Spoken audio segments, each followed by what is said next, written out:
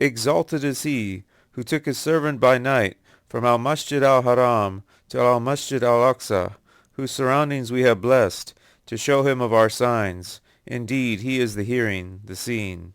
Qur'an, Surah 17, verse 1. This surah and verse from the Qur'an alludes to a special event which took place in the life of Muhammad, one that Muslims adamantly hold to as a part of their Islamic tradition, even though the details of which are not found written anywhere in the Qur'an. Yet this story, dear to the hearts of Muslims concerning Muhammad, is known in the hadith as the night journey. Additionally, the 17th surah, which points to this mystical excursion, is appropriately titled al-Isra, which in translation from the Arabic language literally means the night journey. Now, even though Muhammad is not mentioned by name in the first verse of Surah al-Isra, Islamic scholars have attributed this unnamed servant, as described in Surah 17 verse 1, to be a direct reference to none other than Muhammad himself. Due to the writings in the hadith, this surah further links the Quran with other Islamic traditions. Therefore, the hadiths dealing with Muhammad's night journey are firmly accepted as the word of God to Muslims worldwide. Now, the al-Masjid al-Aqsa, written of in Surah al-Isra, is believed to be part of the Temple Mount complex in Jerusalem. So before we delve into the magical nocturnal journey of Muhammad, let us first acquaint ourselves a little better with the ancient Israelite temple in Jerusalem. Beginning with its initial construction in the 10th century BC, the temple in Jerusalem stood at the center of Jewish life and worship. However, the temple was destroyed by the Babylonians in 586 BC, yet rebuilt in 516 BC under Persian rule, but was unfortunately destroyed again, this time by the Romans in 70 AD. In 129 AD, during the reign of Emperor Hadrian, this capable and ambitious Roman ruler rebuilt Jerusalem and re-established the former Jewish city as a Roman colony, and in turn renamed Jerusalem as Aelia Capitolina. This decision led to the last major revolt by the Jews against Rome, also known as the Bar Kokhba revolt, which took place between 132 and 135 AD. Following Roman victory in the battle, Hadrian forcibly banished all Jews from the city and forbade any Jew from entering in by penalty of death. Aelia Capitolina continued to function as a Roman city up until the early 4th century AD, when the Emperor Constantine legalized Christianity and made it the official religion of the Byzantine Empire. Under Constantine, the city of David was known as Jerusalem once more, and through the efforts of Constantine's mother, Saint Helena, many churches and Christian shrines were built in Jerusalem and all throughout the Holy Land. The Temple Mount, also known as Al-Haram al-Sharif to the Arabs, meaning the noble sanctuary, and Har HaBayit to the Jews, meaning Mount of the House of the Holy, is a hilltop in the Old City of Jerusalem, which has been venerated as a most holy place for centuries by the world's three monotheistic religions, namely Judaism, Christianity, and Islam. The Temple Mount is the holiest site in Judaism and the third most holy site in Islam after the Prophet's house in Medina and the Kaaba in Mecca. The entire Temple Mount complex includes the Dome of the Rock, the Al-Aqsa Mosque, several gates, fountains, and a long open plaza. The Dome of the Rock, located near the center of the Temple Mount, was completed in 692 AD, making it one of the oldest Islamic edifices in the world. The Muslims hold that this shrine marks the starting point of Muhammad's legendary ascension into heaven. In addition to Islamic claims, the Dome of the Rock is built over the foundation stone, also known as Eben ha-Shatiyah in Hebrew. For according to Jewish traditions, this special stone is believed to be where God created the first man Adam, where Abraham attempted to sacrifice his son Isaac, and it also marks the direct location of the mystical Holy of Holies, where the Ark of the Covenant was once housed, wherein Solomon's temple once stood. Now when it comes to the tale of Muhammad's fabled night journey and ascension into heaven, an event properly known in Arabic as al-Isra wal-Mi'raj, are we faced with quite an amazing transpiring of supernatural occurrences. For as the story goes, one night in Mecca, while Muhammad slept, the roof of his house was opened, and the angel Gabriel came down. Gabriel then opened Muhammad's chest and removed his heart, washing it with Zamzam water. Gabriel went on to take a golden vessel filled with wisdom and faith, and poured the mixture into Muhammad's open chest, and then closed it up again.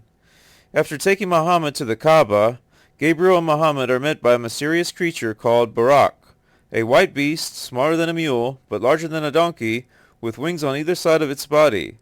In addition to these claims, some Islamic traditions state that Buraq had the head or face of a woman and the tail of a peacock. Nevertheless, once astride Buraq, Muhammad travels at lightning speed to the Temple Mount in Jerusalem, where he is met by Moses, Jesus, and Abraham. Then, after leading the prophets in prayer, Muhammad begins his ascent into the seven heavens. When Muhammad reaches the first heaven, he is met by Adam, the first man and first prophet. At the second heaven, Muhammad is greeted by John the Baptist and Jesus Christ, who, still alive in body and soul, is awaiting his return or second coming. Arriving at the third heaven, Muhammad sees Joseph, whose physical appearance is most beautiful. Then at the fourth heaven, Muhammad encounters Idris, or Enoch, who, like Jesus, is alive in heaven in both body and soul.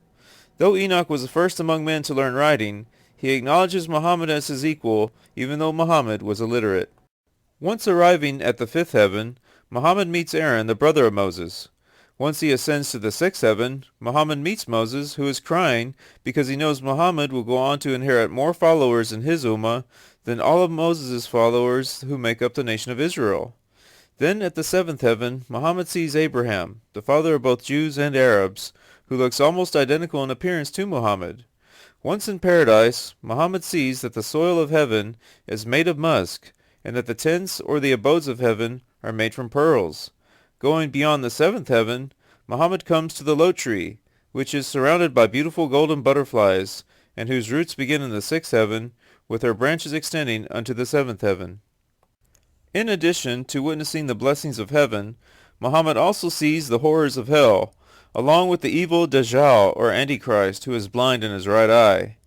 It was also during his back-and-forth dialogue between Moses and Allah that Muhammad received the rule that Muslims must pray 5 times a day, also known as the gift of Salah. For according to Islamic tradition, Muhammad did not see Allah, but spoke directly to Allah, and Allah spoke directly to Muhammad. Then, after conversing with all the prophets and witnessing the pillars of faith, Muhammad was given the gift of a pen in order to increase his own faith. Muhammad then descends back to earth, and from Jerusalem he mounts Buraq once more, and at lightning speed returns home to his warm bed in Mecca.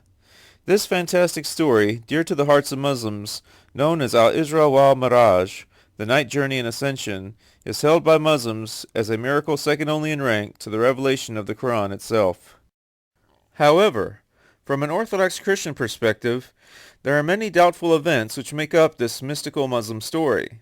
For one thing, the story of Muhammad's night journey is not found in the Qur'an, which is a key argument since Muslims don't accept the doctrine of the Trinity due to the fact that the word Trinity is not found in the Bible. And just as Muslims cannot accept that Allah can have a son, or that Jesus Christ is also God, so also do Christians disbelieve in the existence of mythological animals such as al-Buraq. Muslims say that the doctrine of the Trinity is an invention of the Church, and Christians say that the night journey of Muhammad is an invention of Islamic scribes. Now, not to offend any of my Muslim friends, but in all due respect to the religion of Islam, if Muslims can adamantly proclaim without any fear of retribution that Jesus Christ is not the Son of God, then as an Orthodox Christian, I should be granted the equal liberty to express some of my religious beliefs, one of which firmly denies the prophethood of Muhammad. But coming back to the center of things, we see that from time immemorial, Jerusalem has been the key city for Jews, Christians, and Muslims. All three of these monotheistic faiths hold Jerusalem as a holy city, crucial to their focus of worship as well as the genesis of their shared religious history. In Old Testament times, the children of Israel fought to defend Jerusalem from their idolatrous enemies. In the early Christian era, Jerusalem was reestablished as a Christian city, protected under the rule of the Byzantine Empire. But with the rise of Islam, the holy city was once again overwhelmed with warfare. In response to this Islamic jihad, the Christian Church, under the leadership of the Pope of Rome, declared Christendom's version of holy war through the establishment of the Crusades. For the Temple Mount itself would eventually become the headquarters of the Catholic Knights Templar, for the Temple Mount is also a holy place for Christians, in addition to Jews and Muslims. As pertaining to the end times, the Temple Mount is again at the center of religious as well as political interests. For in order for the predicted third temple to be built, the Islamic shrine known as the Dome of the Rock, along with the Al-Aqsa Mosque, must be destroyed. This unprecedented historical happening will be enough reason for the whole of the Muslim world to rise up against and fight the Jews, while targeting Israel's Protestant Christian supporters at the same time. For in order to save Al-Quds from Islam's Judeo-Christian enemies, and transfer rulership of Jerusalem from the hands of infidels, A battle as epic as Armageddon will most likely transpire. And even if all these events may be inevitable to prevent, and although we don't possess the power or influence to sway religious or political leaders in the orientation towards righteousness, may we as people of the book at least remember to keep the faith and fervently pray for the peace of Jerusalem. This is the Leap of Faith.